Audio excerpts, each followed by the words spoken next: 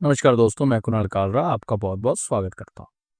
आज के इस वीडियो में हम बात करेंगे एक क्वेश्चन की, जो क्वेश्चन मेरे पास आता है, can numerology predict love marriage?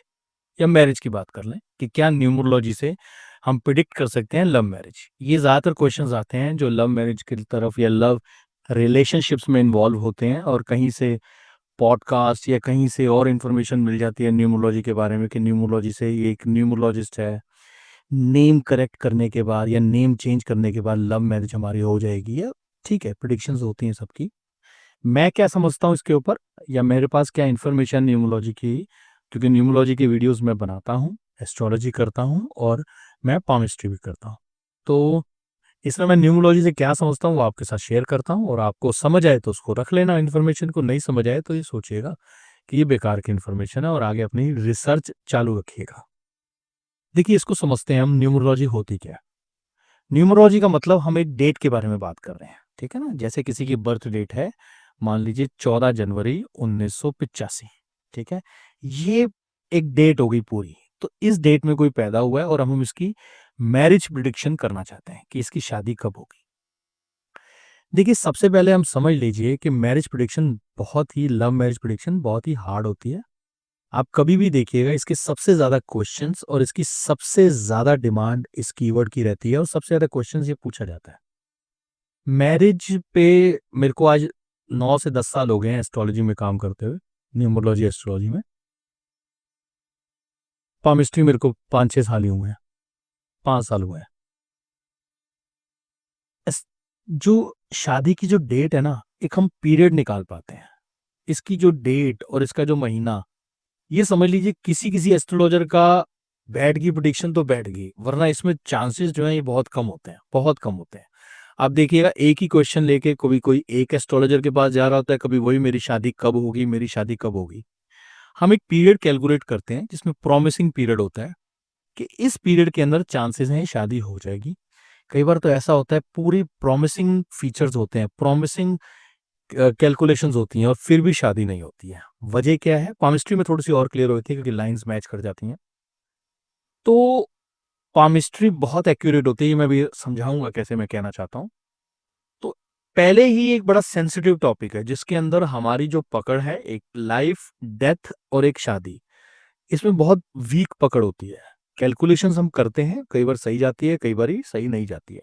तो एक एस्ट्रोलॉजर बहुत अच्छा कैलकुलेटिव कैलकुलेटिव होगा तो अच्छी कैलकुलेशन कर सकता होगा, तो उसका पीरियड मैच कर जाता है। बट इसकी जो कहते हैं ना, कन्वर्जन रेट है मैरिज प्रिडिक्शन का, वो बहुत बहुत कम है। इसलिए ज़्यादातर सारे उपायों में टाल देते हैं कि आपने ये उपाय ढंग से किया नहीं होगा, आपका इधर से ये मांगलिक दोष है, इधर से वो दोष है। ये मांगलिक दोष वगैरह निकले ही तब थे क्योंकि जब कैलकुलेशंस में प्रॉब्लम आती है, हमारे पास सही जवाब नहीं होता, तो हम उसको कई बारी कि ये मांगलिक है जी, अब मांगलिक में ढूंढते रहो, फिर उसमें ये वजह है, उसमें ये वजह है। वजह वजह हमारे पास है बट प्रिडिक्शन इसकी वीक है। तो पहले ही ये सेंसिटिव टॉपिक है, ये समझ लीजिए कि जिसकी पहले ही वीक है। अब क्यों मैं कह रहा हूँ कि न्यूमरोलॉजी से प्रिडिक्ट करना मुश्किल है, ये आप समझ लीजिए। न्यूमरोलॉजी 24 आवर्स की एक कैलकुलेशन होगी कि 24 आवर्स में कितने बच्चे पैदा हुए होंगे, जिसकी कोई लिमिट नहीं है पूरे दुनिया में। अब ये जो कैलकुलेशन है ये 24 आवर बेसिस है। मतलब इसके अंदर जो हम कैलकुलेशन कर रहे हैं कि 14 जनवरी 1985 में जो बच्चे पैदा हुए हैं, इनकी सबकी शादियां उस साल में होंगी। मान लीजिए इसका बेसिक नंबर 5 है। अब हम कहते हैं न्यूमरोलॉजी के अंदर कि जो 2 तारीख वाले होते हैं ये ज़्यादातर लव मैरिज करते हैं। बेसिक है। वजह क्या है इसके पीछे कि 2 नंबर मून का है, मून मतलब मन का है। लव मैरिज कौन करता है? जो मन के बेसिस पे डिसीजन लेता है कि यार मेरा मन कर रहा है, मुझे ये अच्छा लग रहा है, मुझे ये स्मार्ट लग रहा है, मुझे ये इनोसेंट लग रहा है, मुझे ये केयर टेकिंग लग रहा है। किसी ना किसी तरीके से मेरे मन को वो अच्छा लग रहा है। तो मेरे मन को वो अच्छा लग रहा है, इसीलिए मैं लव मैरिज की तरफ जा रहा हूँ। अरेंज मैरिज की तरफ कब जाते हैं? जब पेरेंट्स बताते हैं, पेरेंट्स मिलवाते हैं या कोई मैच मेकिंग साइट्स मिलाती है, तो वो बताती है कि ये अच्छा है। वो बताती है कि हम उनके चश्मे से देखते हैं कि सामने वाले को, यार हमारे पेरेंट्स को अच्छा लग रहा है। फिर हम मिलते हैं और हमें अच्छा लगता है, तो वो एक सेपरेट चीज़ होगी। बट मन के मुताबिक ये हमें अच्छा लग रहा है। पेरेंट्स मान जाते हैं तो ठीक है, नहीं मानते तो मनवाते हैं, नहीं मानते तो फिर हम भागते हैं, जो भी एक्स वाई ज़ेड है। बट डिसीजन बेसिस किस पे हुआ? मन के।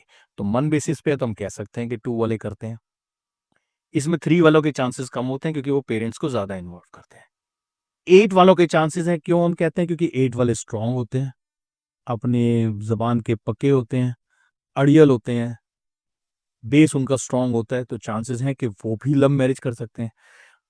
तो अब इसमें क्या होता है कि जब उसका दशा कैलकुलेशन में जब 2 आ जाता है या मून की दशा आती है, तो हम कहते हैं कि इसके चांसेस हैं कि लव मैरिज हो सकती है। बट क्या जिस जिसका 2 आएगा उसकी लव मैरिज होगी? ये क्वेश्चन उठता है, मेरे दिमाग में उठता है। इसीलिए जब मैं न्यूमरोलॉजी के बेस पे हम कहते थे कि 2 आ जाएगा इसकी दशा में या 6 आ जाएगा तो शादी हो जाएगी। 6 वीनस का होता है, तो वीनस तो वैसे ही जिसे हम कहते हैं कि कारक होता है शादी का, तो हम कह देते हैं कि शादी हो जाएगी। बट 2 और 6 आने के बाद भी शादी नहीं हो रही है, तो यानी कुछ ना कुछ डाउट है। अब ये जो है कैलकुलेशन जो है, ये कैलकुलेशन 24 आवर बेसिस पे है। इससे प्रिसाइज कैलकुलेशन होती है असेंडेंट बेसिस पे। कैसे? 2 आवर्स का असेंडेंट होता है, 12 असेंडेंट होते हैं, 24 घंटे होते हैं, तो 2 आवर्स का असेंडेंट होता है। तो असेंडेंट बेसिस पे जो कैलकुलेशन होती है वो थोड़ी सी बेटर होती है कंपैरेटिवली न्यूमरोलॉजी से। क्यों? क्योंकि वो 2 आवर्स की विंडो मिल गई ना। आपका मान लीजिए बर्थ टाइम 6 बजे का है या 6:30 बजे का है, तो 6 बजे से 8 बजे तक जो असेंडेंट है, तो उसके बीच में आप लाई करें तो पूरे दिन का एक आ गया 24 आवर बेसिस। ये ऐसा हो गया जैसे हम कहते हैं कि ये बंदा साउथ इंडियन है। अब साउथ इंडियन मैंने किसी को कहूंगा तो भैया मुझे नहीं पता वो कर्नाटक का साउथ इंडियन है, आंध्रा का साउथ इंडियन है, तमिल का साउथ इंडियन है, केरलाइट है, कहाँ का साउथ इंडियन है, हमारे लिए से वो साउथ इंडियन है। उस हिसाब से उनके हिसाब से हम नॉर्थ इंडियन है। बट क्या दिल्ली वाले लोग, मैं दिल्ली से हूँ, क्या दिल्ली वाले लोग कश्मीर वाले लोगों के बराबर होते हैं? दोनों ही नॉर्थ इंडियन में आते हैं? नहीं, बहुत फर्क है।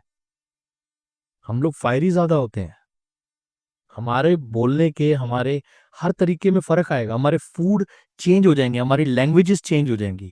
उस हिसाब से 24 आवर कैलकुलेशन के बेसिस पे अगर हम प्रिडिक्ट कर रहे हैं, तो वो प्रिडिक्ट एक ऐसा है कि लग गया तो लग गया, क्योंकि हमारे अंदर कॉन्फिडेंस होता है ना, हम कॉन्फिडेंस से कहते हैं मेरी शादी हो जाएगी। 100 लोगों को भी कह दिया, उसमें से 5 भी आ गए, तो इसका मतलब हो गया कि भैया वो 5 तो आगे 10 को लेकर आएंगे।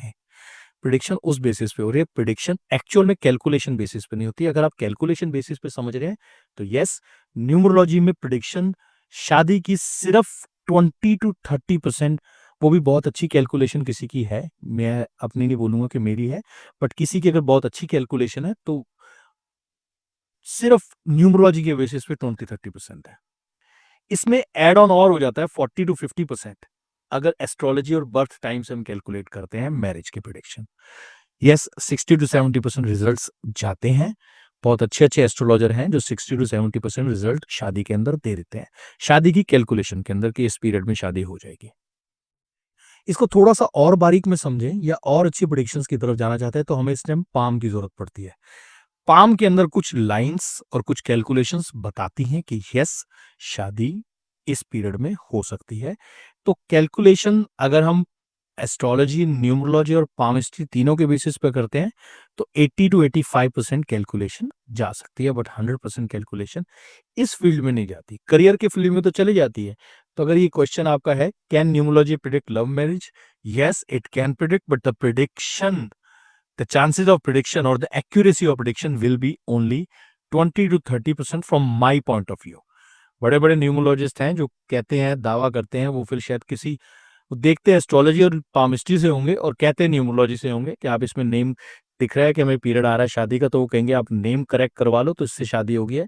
नेम करेक्ट करवाने से शादी नहीं होगी, बट यस, शादी का जब पीरियड आया होगा शादी जरूर होगी। नेम करेक्ट करवाने से बेनिफिट तो होगा, बट किसका होगा वो आपको खुद समझना है। तो आशा करता हूँ दी गई जानकारी ठीक लगी, कुछ गलत लगा हो तो माफी चाहूंगा। जल्दी मिलता हूँ एक नई वीडियो के साथ, तब तक के लिए नमस्कार।